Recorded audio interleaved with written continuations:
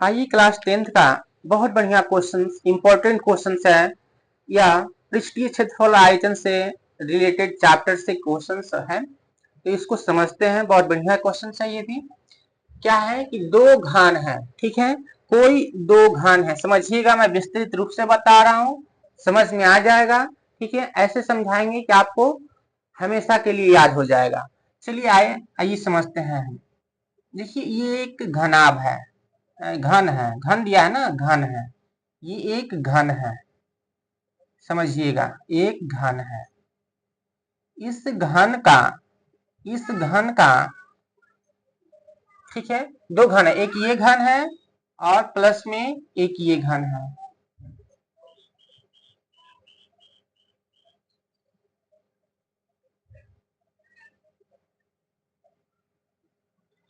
दो घन है, इन दोनों घनों को जोड़कर, इन दोनों घन को वो क्या कर रहा है, जोड़ दे रहा है, ठीक है, जोड़ दे रहा है। इन दोनों घनों को क्या कर रहा है बाबू, जोड़ दे रहा है, समझिएगा, ठीक है, दोनों घनों को जोड़ दे रहा है।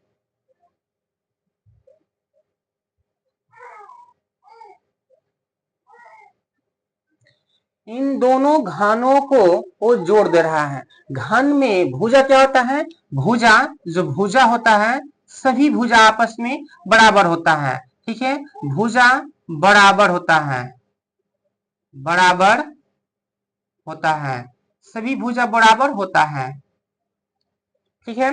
और घनाभ में आमने सामने, आमने सामने की जो भुजा है वो बराबर होता है। देखो ये भुजा के बराबर, ठीक है, ये भुजा के बराबर, ये भुजा इस भुजा के बराबर, ये भुजा इस भुजा के बराबर, ठीक है। जो फलक होते हैं, जो फलक होते हैं आमने सामने के फलक, ये फलक बोला जाता है, इसको फलक बोलेंगे, इसको क्या बोलेंगे हम, फलक बोलेंगे।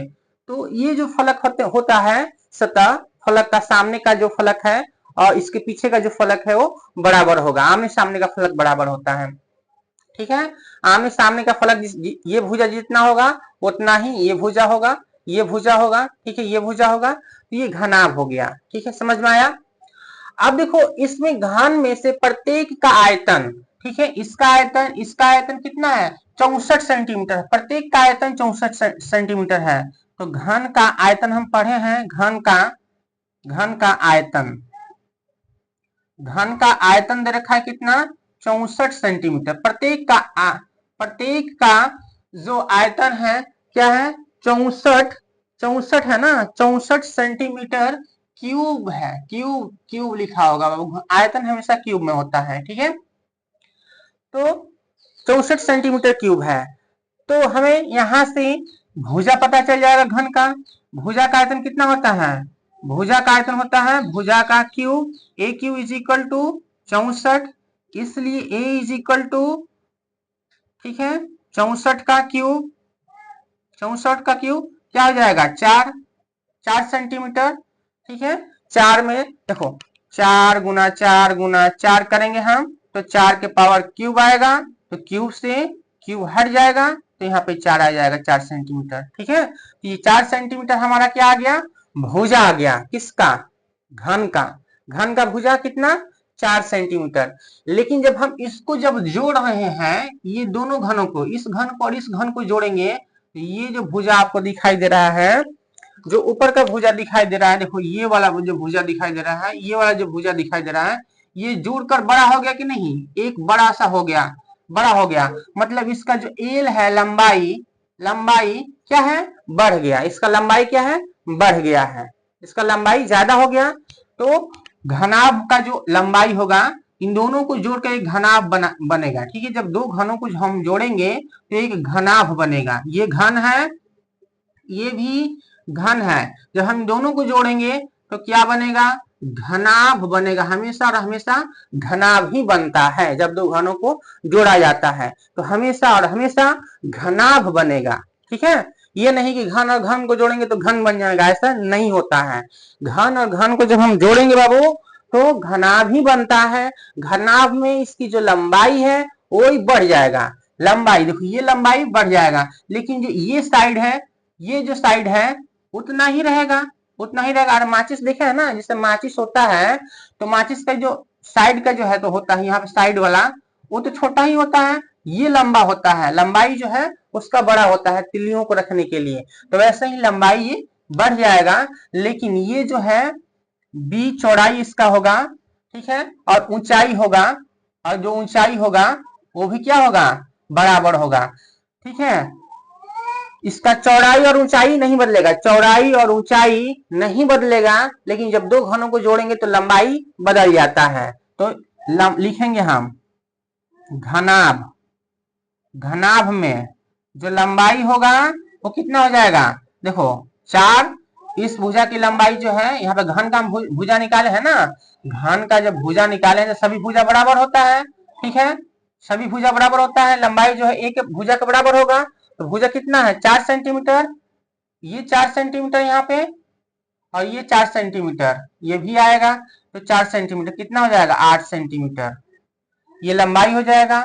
चौड़ाई कितना हो जाएगा 4 सेंटीमीटर रहेगा, क्योंकि ये चौड़ाई नहीं बदलेगा, ऊंचाई बदलेगा नहीं बदलेगा, तो 4 सेंटीमीटर हो जाएगा। आप लिखो घनाभ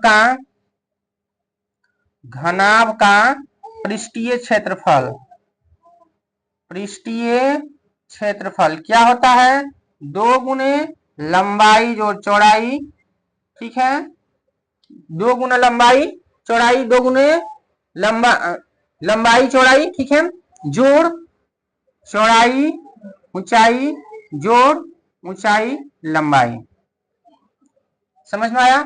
आप देखो 2 गुना लंबाई कितना है 8 है, तो 8, चौड़ाई कितना है 4 है, तो गुना 4 लिखेंगे, जोड़ बी कितना है 4 है, तो 4 गुना ऊंचाई कितना है 4 है, तो 4 लिखेंगे, जोड़ ऊंचाई कितना है यहाँ पे 4 है, और लंबाई कितना है 8 है, ठीक है। अब इसको सॉल्व कर देंगे, 2 8 चौका 32, जोड़ 4 चौका 16, जोड़ 8 चौका 32, कितना आ जाएगा 16 के 16 32, 48 64 5 80, 6 7 8 9 10 के 0 बचा 1, 3 3 6 1 7 1 8, 80 आ जाएगा, गुना 2 रहेगा यहाँ पे।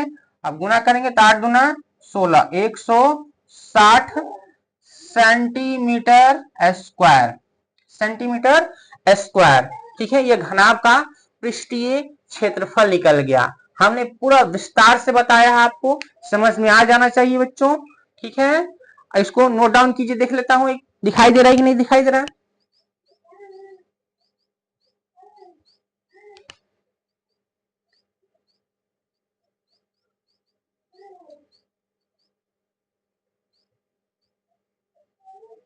दिखाई दे रहा है, अब दिखाई दे रहा है, नोट डाउन कर लीजिए, दिखाई दे रहा है ना, नीचे दिखाई दे रहा है आपको घनाभ का पृष्ठीय क्षेत्रफल यहाँ दिखाई दे रहा है, ठीक है। 2 गुना लंबाई चौड़ाई, चौड़ाई ऊंचाई जोड़ ऊंचाई लंबाई दिखाई दे रहा है। आंसर कितना आया 160 सेंटीमीटर, 160 सेंटीमीटर हमारा इसका आंसर आया। समझ में आया, बहुत बढ़िया क्वेश्चन था, नोट डाउन कीजिए।